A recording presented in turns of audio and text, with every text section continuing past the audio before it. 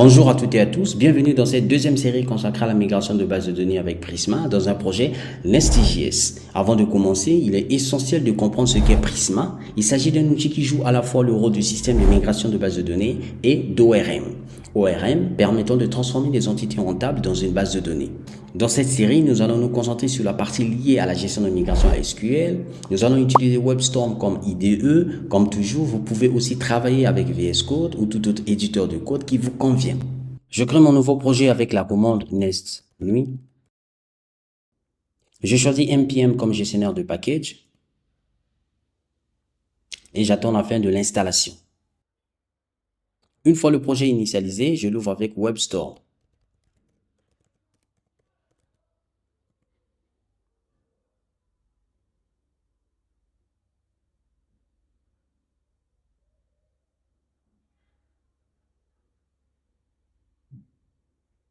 J'installe ensuite les dépendances Prisma avec la commande npx prisma init-db. Cette commande installe Prisma si nécessaire et configure automatiquement la base de données. Il me demande la dépendance Prisma. Je choisis l'Europe de l'Ouest et je nomme ma base de données migration DB. Maintenant que nos dépendances sont installées et notre projet est configuré, voyons ensemble comment se déroule la migration avec Prisma. La migration avec Prisma se fait en plusieurs étapes. On commence par créer des modèles représentant les tables dans le fichier schema.prisma. Ensuite, on exécute la commande. Enfin, Prisma génère automatiquement l'équivalent SQL dans le répertoire migration et conserve l'historique dans une table appelée Prisma migration. Après avoir installé nos dépendances, la commande nous a généré le répertoire Prisma où seront créées les migrations. Le fichier schéma.prisma dans lequel on trouve deux blocs. Générateur client qui permet à Prisma de générer le code nécessaire pour interagir avec la base de données. Ta source DB qui précise le système de gestion de base de données utilisé, ici Postgre, et se connecte via la variable database URL définie dans le fichier .env. Et enfin le fichier .env pour la configuration de la connexion. Ici, la connexion passe par Prisma Accelerate, un service qui met en cache les requêtes afin de rendre l'accès à la base plus rapide et plus scalable. Maintenant que nous maîtrisons le processus de migration, passons à la création de nos deux tables, Student et Course. Modèle Student,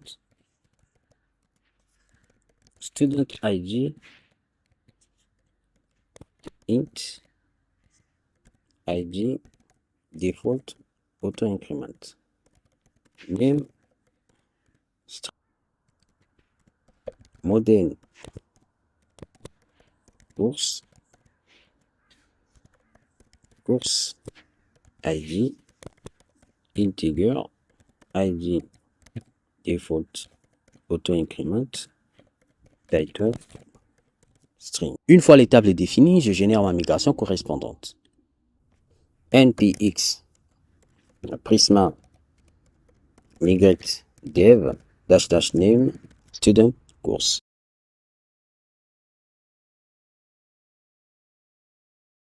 Nous remarquons que dans le répertoire de migration, un nouveau dossier est créé contenant le script SQL associé. Créons à présent notre deuxième migration afin d'établir la relation entre table et course. Je commence par créer la table de jointure.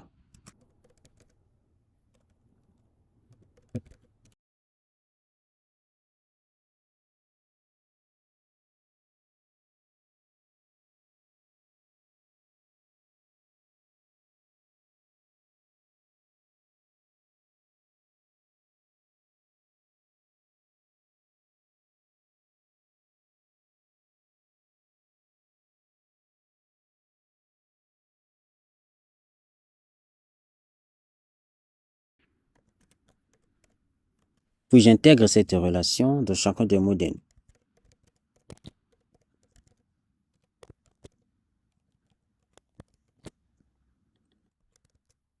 Enfin, je génère la migration.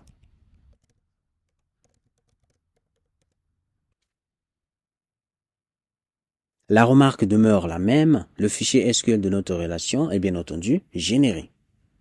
Pour la visualisation, Prisma met à disposition une interface graphique dénommée Prisma Studio, accessible à l'adresse suivante: console.prisma.io. Je m'y connecte à l'aide de mes identifiants Google requis lors de l'installation de dépendance Prisma.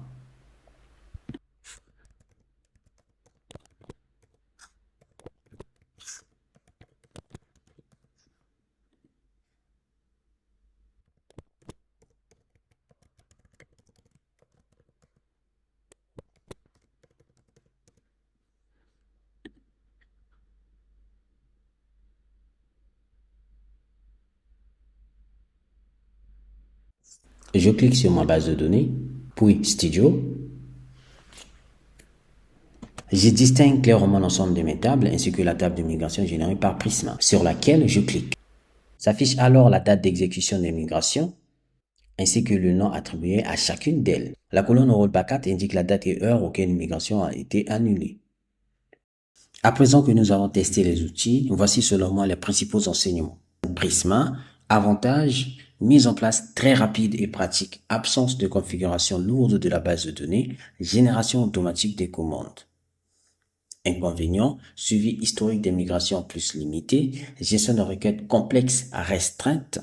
En somme, Flyway s'impose comme un outil adapté aux environnements exigeants et la maîtrise fine et la traçabilité des migrations sont essentielles. Tandis que Prisma se révèle plus approprié pour des projets nécessitant rapidité de mise en place et simplicité d'usage. Merci d'avoir suivi et à très bientôt pour d'autres tutoriels.